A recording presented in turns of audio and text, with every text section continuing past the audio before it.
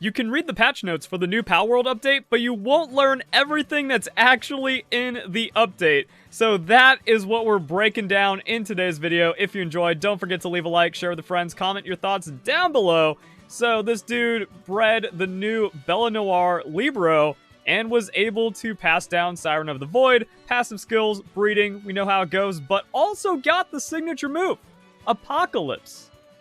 So that can actually be transferred at this time into other pals. Crazy. We also have preliminary numbers on Serent Terra. Did a very surface level testing for this guy. Patch note says ability now reduces the weight of ore, which I confirmed at no investment is 10% off the weight of ore, coal, pure quartz, and sulfur.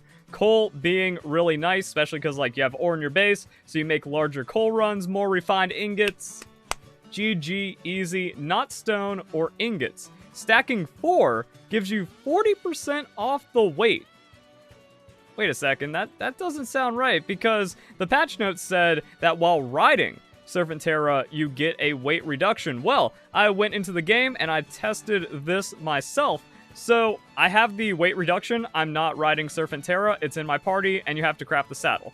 So there we go. It even says, like, while in team, Serent Terra helps carry supplies. And that means it's like other pals for the mods, 11, 13, 16, 20% on condensing. Also, there was a little bit of worry with price adjustments that salads would be nerfed, but nope, still 120 gold. So your salad money making holds up. And then people found some fun stuff in the game data. Grill it might be a thing soon.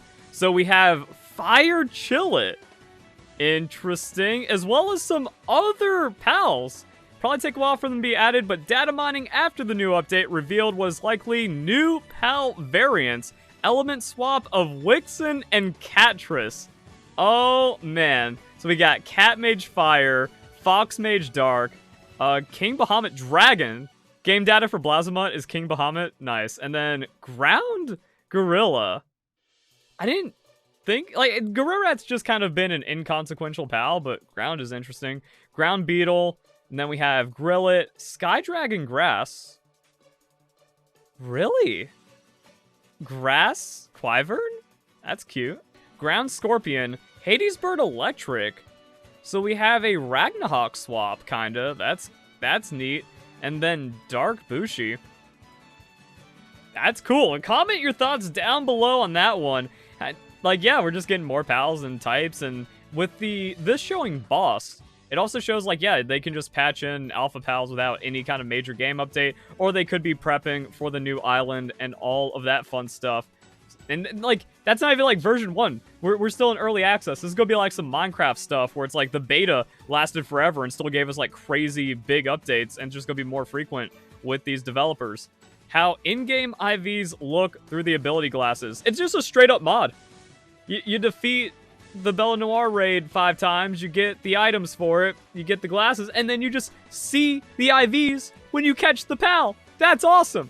I've been seeing a lot of people say, yo, the devs are listening, but I really feel like these features were always meant to be implemented. It's just not going, the game isn't going to launch completely full like this, especially with an early access. We're going to be getting a lot of growth and DLC, and IVs are very necessary, and like the whole breeding scene blew up. And the crazy thing is, this is now better than Pokemon.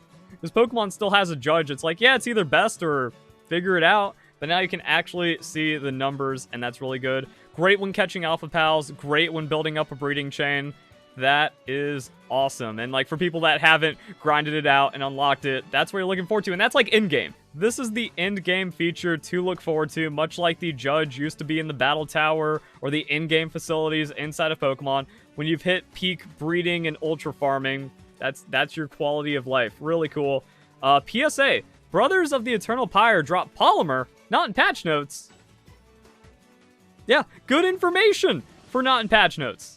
Now, I don't think this is super significant unless you actually have, like, just a human farming setup like that, I guess, and you just wreck them and get the Polymer. That's pretty cool, because there's other pals that can drop Polymer, like Jet Dragon, depending on, like, if you're doing a crafting run or whatever, but you actually can't. We need refined ingots. Once pals drop refined ingots, then we're good to go, and that's definitely on the table. But maybe it's nice if while out and about farming, it's actually worth taking out these NPCs that can get in your way, stack up some extra Polymer, then you can use it for crafting. So, I mean, extra loot, numbers go up, dopamine, always nice. A new NPC type, newbie Pal Tamer. So there's just a dude out there. It's like a Pokemon battle, but much higher stakes. My goal is to become the strongest Pal Tamer. Care to test your skills in a duel? Following island customs, it would be a fight to the death. Found one in the desert, had a level 44 Ragna Hawk. That dude was actually, like, ready. He might have become the strongest Pal Tamer, depending on when he fights you there. Ripped to both of them, though.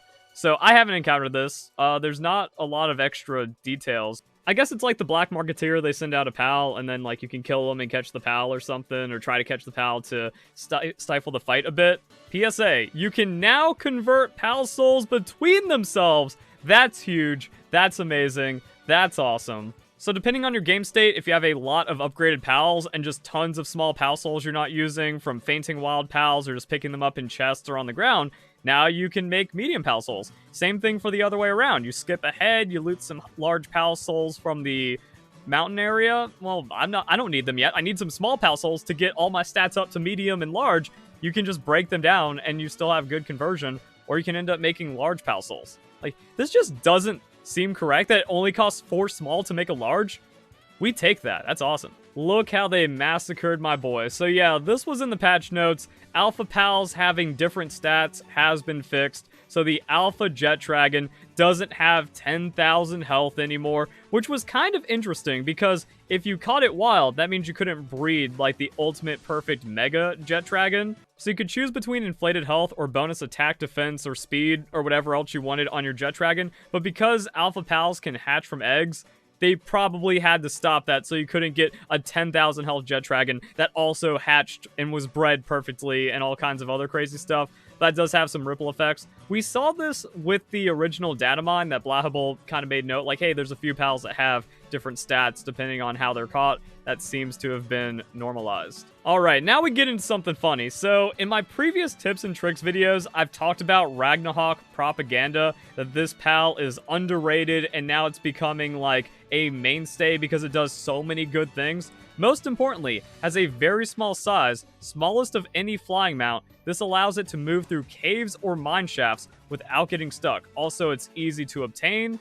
You can find Ragna Hawk in wild eggs, and it's only 14% slower than Phalaris. So if you have one, you're pretty much set for a while. Also, the mounted player buff, good for combat, all that fun stuff. It just got gutted. Ragna Hawk, no longer dungeon-friendly mount in the latest update. They fixed it. Ragna Hawk, not the GOAT. Also, increased attack power multiplier of partner skills that increase the player's attack has been reduced from 2 to 1.2. So Ragna Hawk just got annihilated. Another PSA, Mercy Ring for sale at Fisherman's Point. This is the false swipe for your character. Wearer's attacks will not reduce the target's health below 1. You actually don't have to beat the Bella Noir raid to get access to it, but it is 30,000. Which also means you can sell it for a decent amount. I'm guessing like 3k from the Bella Noir raid. Maybe that's worth, probably isn't. But something to note here, you can grab that. Same thing on the multi-climate undershirt. Very expensive though.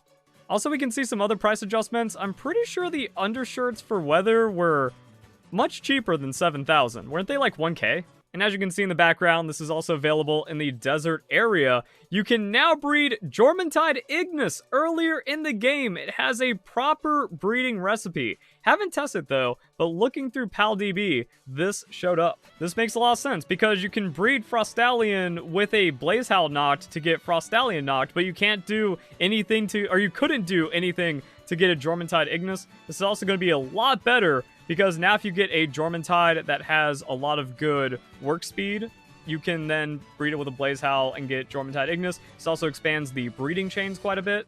Anubis, Suzaku, Shadowbeak. We also have like Incineram breeding, Grisbolt. Yeah, Jormuntide's still pretty high up there. Pyron, Lylene, the Noct, Cryolinks, and Wumpo. I mean, like, people have done it. People are doing it. But yeah, Relaxor's Quiver, that's very doable. So yeah, it gives you more options to actually get a very good working Jormuntide. And then for Jormuntide Ignis, you need the watering and you need the kindling. So this is just really nice overall. Or you can be super lucky and still find a huge dragon egg when you go to Mount Obsidian and then you beat the game instantly that way.